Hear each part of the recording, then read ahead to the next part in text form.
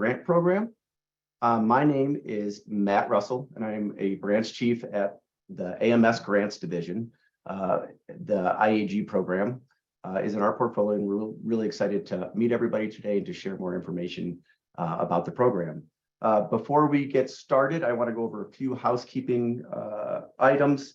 Let everybody know that the webinar today will be recorded, and if you would like a copy of the recording, please reach out to the IAG team by email, and we can send you a copy while we work to get it posted to the website, at which point it'll be available to everyone.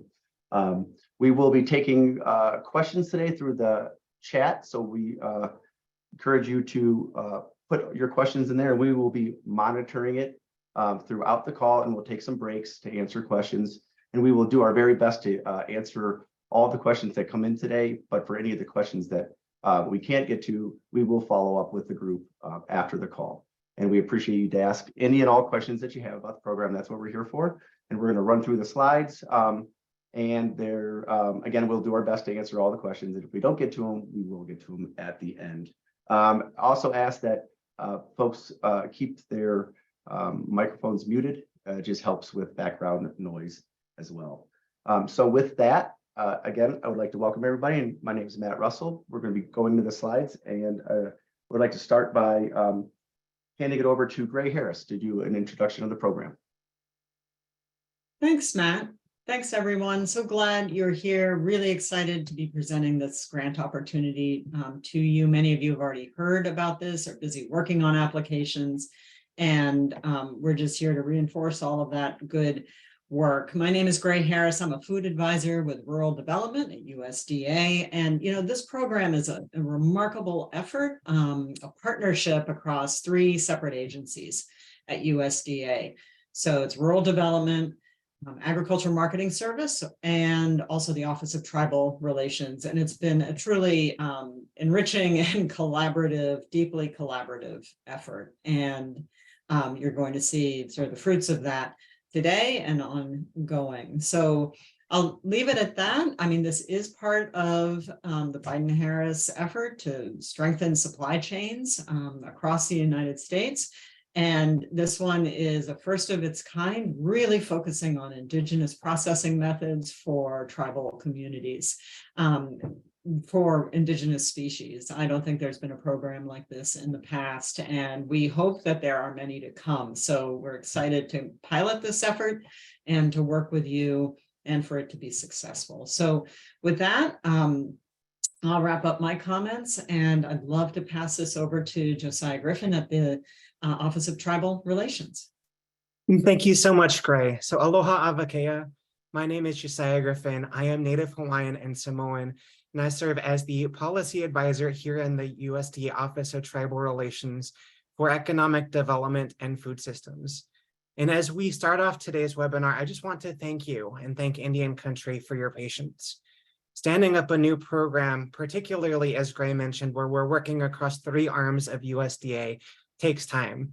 But I'd also like to thank you and thank the tribal communities and tribal leaders that have been so direct with us as to what you are looking for in programming that's best designed to serve your community in a way that makes sense for you. You've told us, as USDA has been thinking about how to stage meat processing programs, that you want to be able to focus on the indigenous animals that hold traditional and cultural and spiritual importance for you. You've told us that you want to be able to incorporate indigenous design principles in your processing facilities and projects, including those that might minimally stress the animals before harvest, that go closer to the animal and where they're at, that have a minimal disturbance on the environment. And some of those might not meet commercial standards, which has been a space where USDA hasn't played in historically. And in that vein, you've also told us that you want to not just be able to, as tribal governments, focus on financial viability of your projects, but because tribal governments are able to subsidize their projects through other arms, you want to be able to also focus on projects and programs that operate to provide a community benefit. And we've really tried to be thoughtful across USD and working in the Indigenous Animals Harvesting and Meat Processing Grant Program to design a resource or tool that fits each of those arms. So really excited about today's conversation. I'm hopeful that we'll see a number of applications from across Indian country as this program rolls out to strengthen your food sovereignty and to support greater resilience in traditional and tribal foodways. And with that, I'll turn it over to Sarah Hernandez to talk about her work a little bit with MPPTA before we get us kicked off. Good afternoon, everyone, and thank you for joining us today. So as I mentioned, my name is Sarah Hernandez. I'm also with the Agricultural Marketing Service. I'm the USDA coordinator for our Meat and Poultry Processing Technical Assistance Program, which was set up a little over a year ago to really encourage and provide wraparound support for these grant participants, potential grant participants, and a variety of the folks that are participating in these food systems transformation efforts that are related to meat and poultry processing expansion, including the Indigenous Animal Grant Program. And a little bit later on in the presentation today, I'll get into some details about what that technical assistance network looks like. But just wanted to express my appreciation right now for you participating in this webinar and for being here today. Thank you.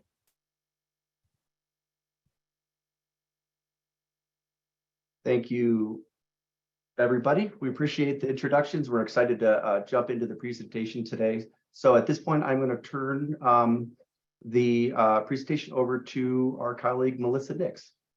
Awesome. Thank you very much. Good afternoon or morning for those near the West Coast.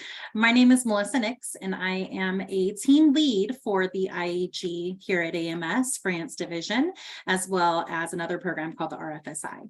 So today we are here to discuss the Indigenous Animals Harvesting and Meat Processing Grant Program, also referred to as the Indigenous Animals Grant, or IAG for short. Just a few housekeeping notes. Please ensure your microphone is muted, and then please hold all questions or enter them into the chat. Okay, so this program will provide an overview of the program, eligibility, requirements, and other application information. It will also address that technical assistance resources available for all applicants. This slide lists the website for IAG, which contains important documentation referenced throughout this presentation, as well as important information regarding upcoming scheduled office hours. All right, so what does this program entail? So the Indigenous Animals Grant, IAG, is authorized by the American Rescue Plan Act, also referenced as ARPA, which funds loans and grants and other assistance to maintain and improve food and agricultural supply chain resiliency. The IAG program has been awarded $50 million in available funding and is a 36-month award period. There is no minimum or maximum award for grant requests for this program, and there are no cost share or matching requirements for the program as well. The IAG grants will be administered by Rural Business Cooperative Services, RBCS, an agency within USDA's Rural Development, in partnership with the Agricultural Marketing Service and in consultation with the Office of Tribal Relations. This program is designed to support the priorities articulated by tribal nations to USDA throughout consultations held in 2021 and 2022. The program priorities were determined after USDA hosted a series of consultations where tribal leaders prioritized the need for food system and Indigenous animal resources. Consulting officials from USDA Rural Development and Marketing Regulatory Programs participated to hear concerns and input from elected tribal leaders, proxies, and tribal organizations. The input gathered from this consultation and coordination formed the drafting of the request for applications for the IAG program. The IAG grants will be, I take that back, I apologize. There we go. So this program prioritized strengthening tribal food access, incorporating Indigenous animals, and using Indigenous informed design principles with a focus on market-based profitability. Those prioritized applicants will not be expected to demonstrate plans on profitability, but will need to demonstrate a sustainability plan to maintain the facility beyond the life of the grants. The USDA may prioritize projects to maximize meat processing and Indigenous animal diversity based on geography, operation size, and species, or operating model. Prioritization may also focus predominantly on developing, harvesting, and processing activities around Indigenous animals that are not represented in other grant programs. IAG program schedule includes the RFA publication, which was released on April 19th, 2023, and a 90-day closing period, which is coming up of July 19th, 2023. All IAG applications will be due by July 19th. Now we're going to move on to who can apply for the IAG grants. Eligible entities are tribal governments of Indian tribes as defined by the federally recognized Indian Tribe List Act of 1994. Their wholly owned arms and instrumentalities and joint or multi-tribal government entities are eligible to apply to this grant. Processing businesses owned by non-tribal governmental entities or individual tribal members are not eligible for this program. Eligible entities may qualify for other meat programs, such as the local MCAP or other meat processing grants available through various USDA agencies. The primary purpose of all IAG projects must be to expand or enhance Indigenous animals and meat processing capacity in Indian country. A list of eligible activities can be found in the RFA and listed above. Some examples include demonstrating a connection to developing adequate animal protein processing infrastructure in a location where such infrastructure is currently inadequate for Indigenous species or tribal community security. Applications must include Indigenous animals and meat processing activities, such as building, expanding, or upgrading community Indigenous meat, food sovereignty, harvesting, processing facilities, fixed or mobile, purchasing and modernization of an inoperable or outdated processing facility, or enhancing infrastructure to improve humane handling and slaughter.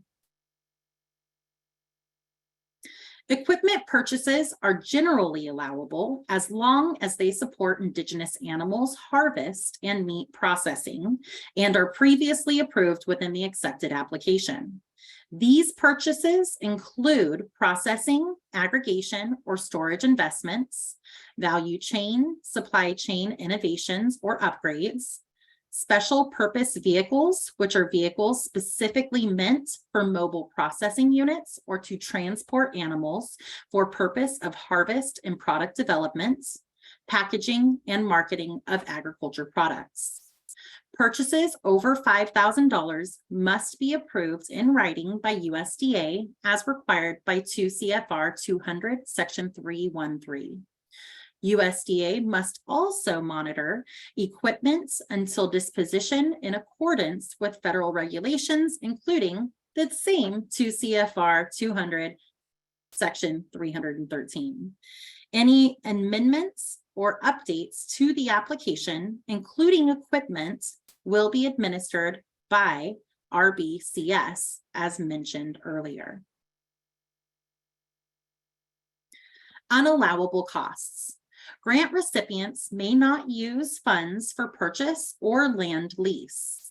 Purchase personal or other vehicles not integral to the Indigenous meat processing operation, pay for technical assistance, cover project planning or feasibility studies, Duplicate activities that has received a federal award or claim expenses that have been or will be reimbursed under any federal, state, or local government funding. Additional information on unallowable costs can be found within the RFA. Eligible species include amenable and non-amenable species. Amenable, including siluriforms that fall within the regulatory jurisdiction of the USDA Food Security and Inspection Service. Non-amenable species include, but are not limited to, bison, reindeer, game meat, seafood processing, including wild-caught fish and other exotic species that may fall under the jurisdiction of the U.S. Food and Drug Administration and the U.S. Department of Health and Human Services. AMS will begin the initial evaluation of eligible applications.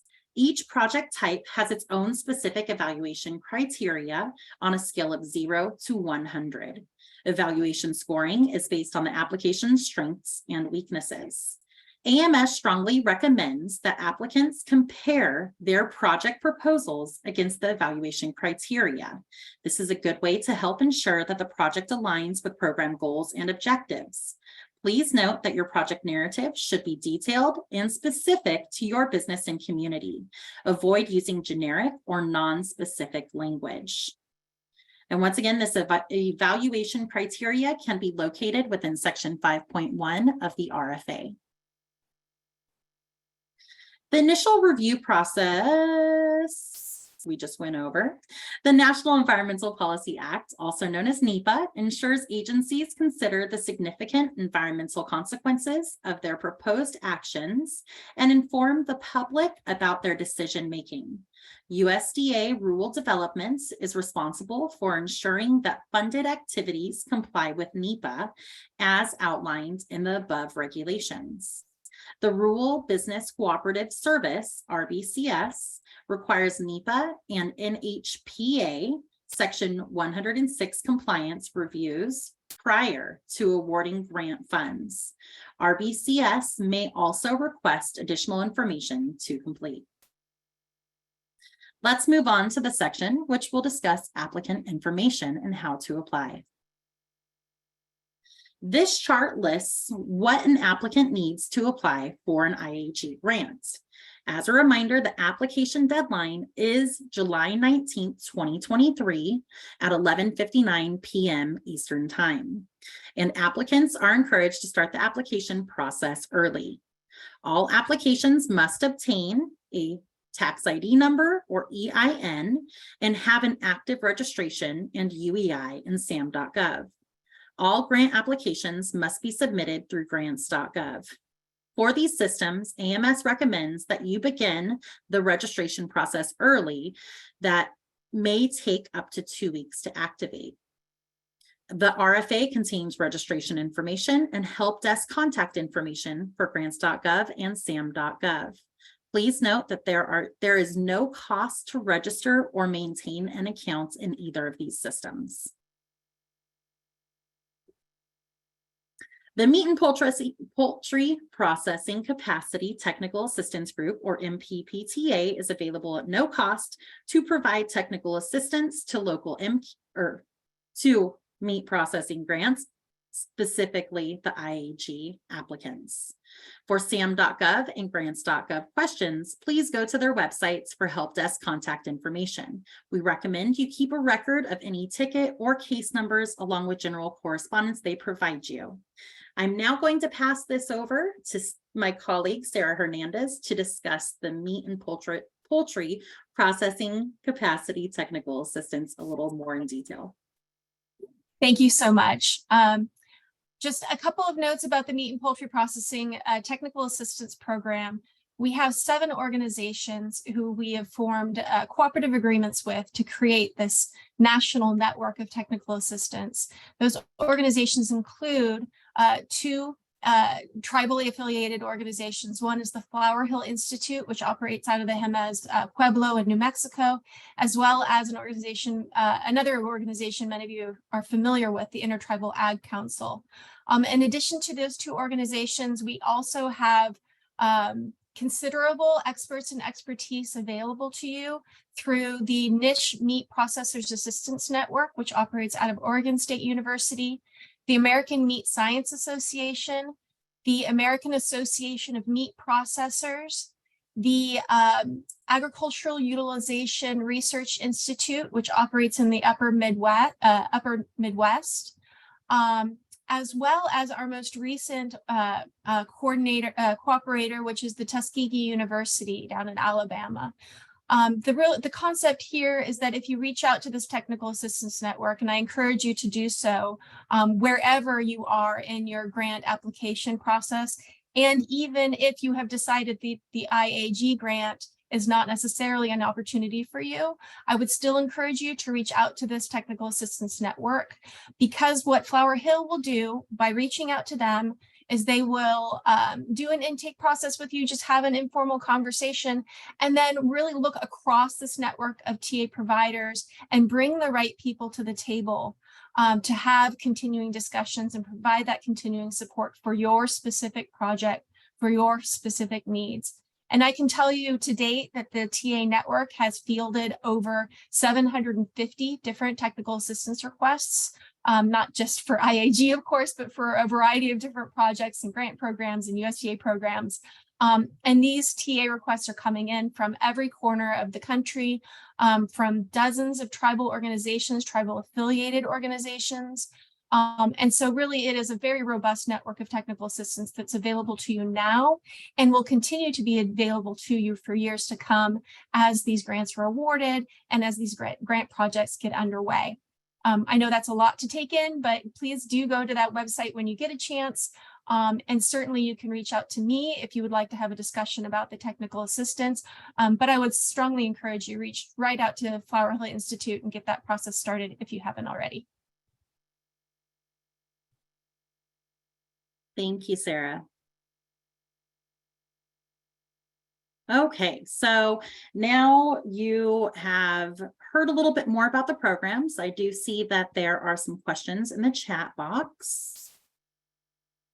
Let's get some answers, hopefully.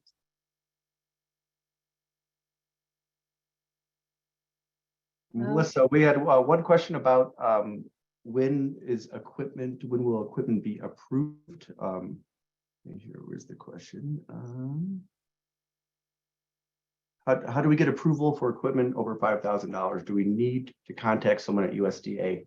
That's a great question. The approval for the equipment. So USDA will review all equipment requests during the application review period.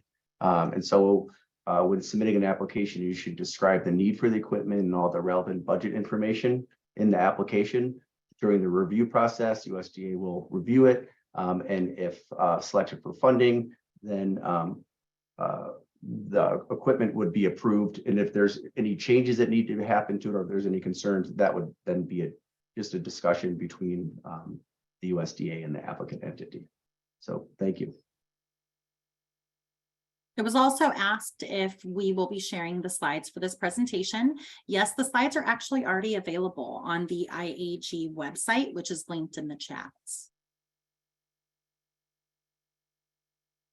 So there is a question in the chat of ATVs and snow machines should count if they're specifically used for herding live animals and or hauling field processed carcasses, examples, reindeer, moose, seal, etc. Is this correct?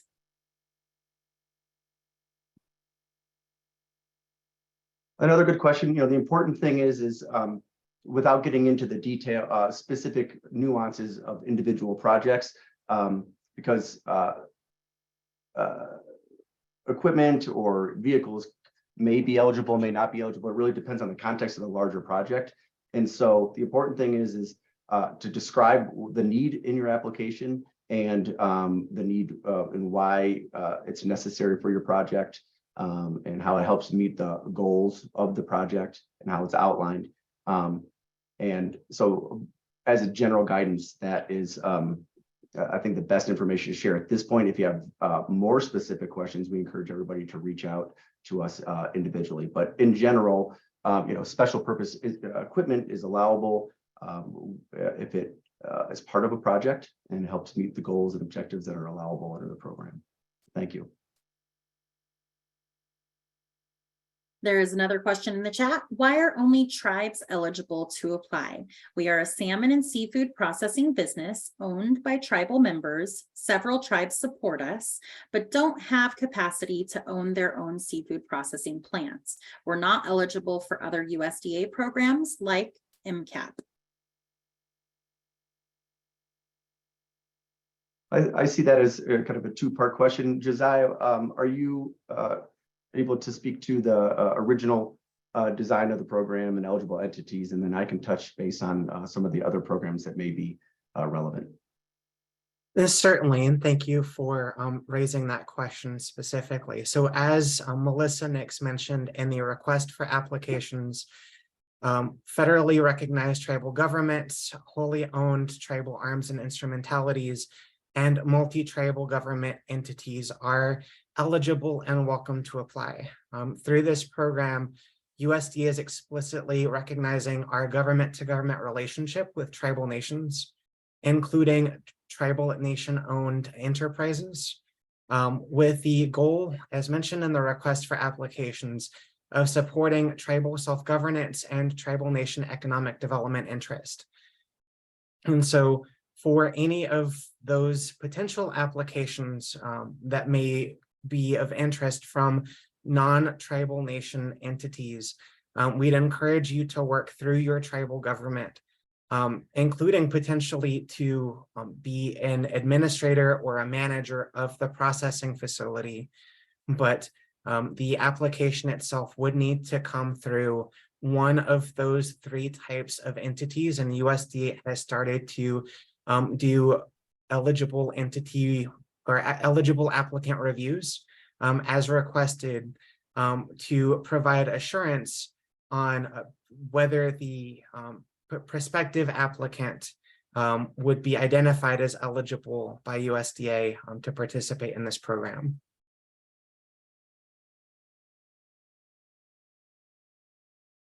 Thank you, Josiah. And additionally, I'd like to add that if it's determined that an entity is not eligible for IAG, I strongly encourage those entities to reach out to the MPPTA providers who are working with entities across the country on a number of programs.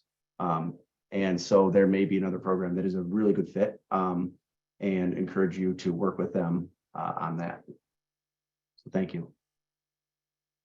All right, another question in the box states, the RFA doesn't mention personnel costs being allowed. However, on the project narrative application, there is a section for personnel justification, fringe, travel, etc. Can you elaborate as to whether staffing is allowed through the grant period? Thank you. Yes. Personnel, fringe, travel, all of those that are relevant to the activities of the grant itself of the program are allowable expenses. However, if you have an executive director who really isn't going to be working on this program, or they're only going to be maybe 25% of their time will be spent on the activities of this grant, then you can potentially allocate 25% of their salary to be funded with grant funds, as those are grant activities. So it should be allowable. Are domestic breed rabbits eligible? Are tribal conservation districts eligible?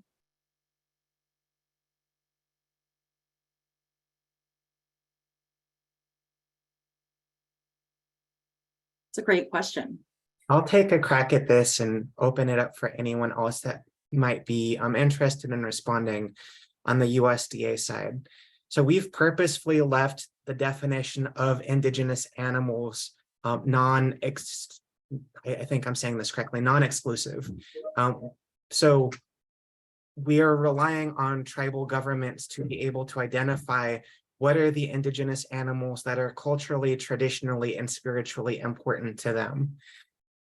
If the tribal conservation district falls within one of the three categories of eligible entities is a tribal government of a federally recognized tribe, a wholly owned arm or instrumentality of a federally recognized tribe, or a multi-tribal government entity, then yes, they would be considered eligible to apply. And as I mentioned, USDA has already started to, as requested, review founding documents or articles of incorporation or other tribal charters to help make the determination of whether a prospective applicant would be eligible. So happy to have that conversation.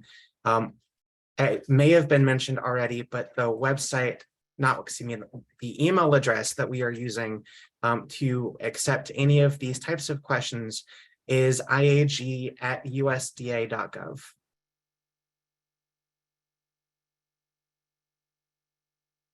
Perfect. Thank you, Josiah. Is the environmental information document required for only equipment purchases?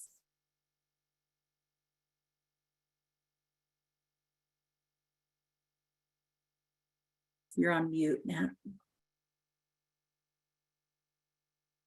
You're still on mute. Third time, it's the charm.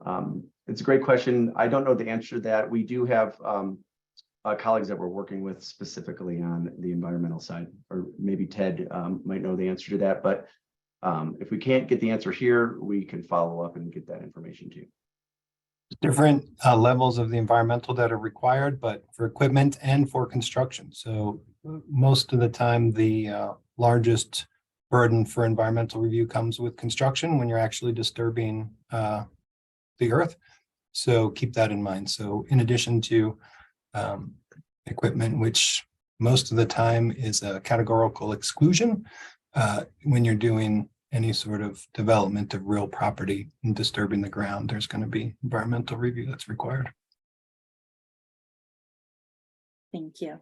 What is the earliest start date allowed?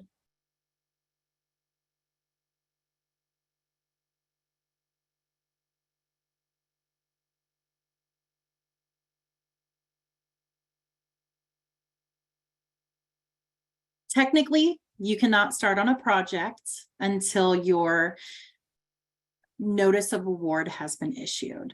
So this will be issued by RBCS, and they will send you your agreement, your notice of award, and you can start activities on that project. However, there are pre-award costs that might be incurred, that a piece of equipment that is going to be purchased for this project that needs to be purchased before, like within 90 days of the award, then that potentially is reimbursable once you have been approved and you have received your notice of award. Ineligible activities equals technical assistance. What does this refer to? Does it refer to grant writing since free technical assistance is available?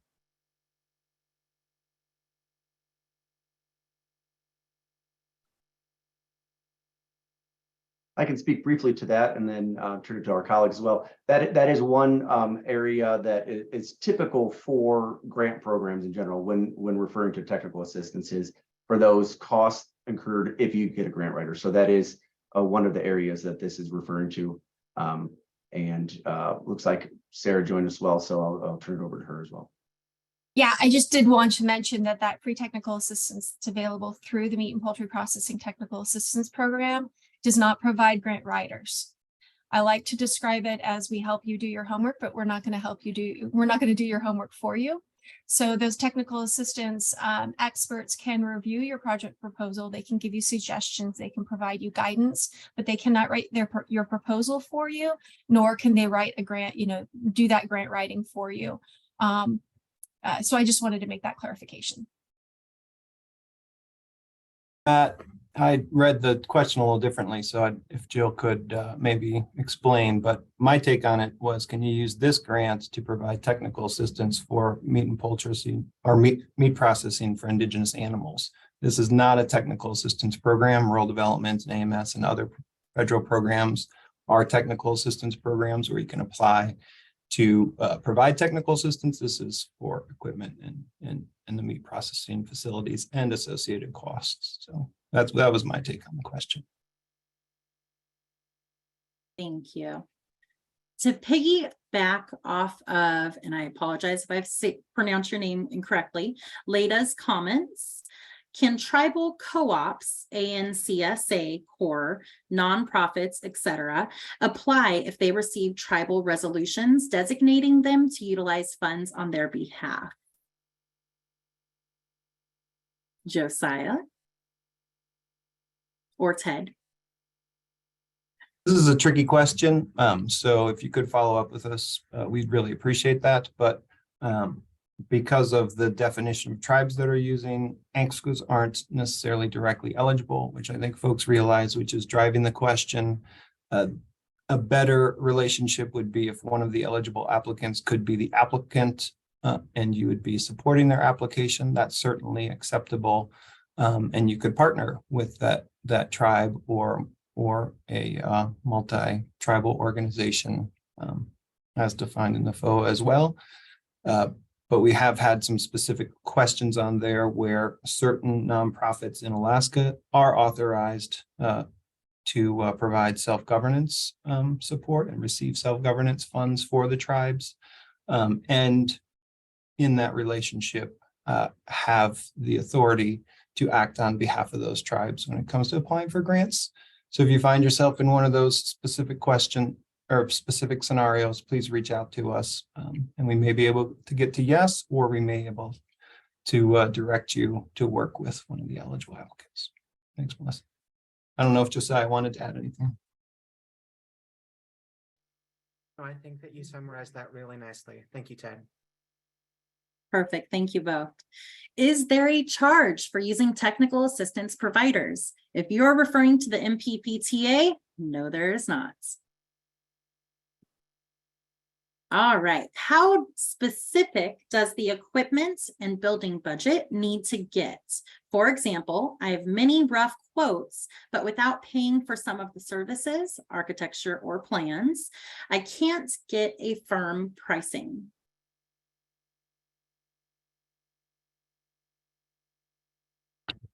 I guess I'll wade in first and maybe ask Christine or you, Melissa, to wade in, and Matt as well. But I mean, the more specific you can get, the better. Remember, you're going to be competing against other applicants. We've designed the, I guess, request for applications so that it doesn't have to be, everything doesn't have to be fully baked. But as you go through the scoring criteria, realize that other folks that might have something that's a little bit further developed are able to provide more information, might score higher in certain criteria. So I don't know if anyone wants to put a finer point on that, but that's where I'd start the discussion. I would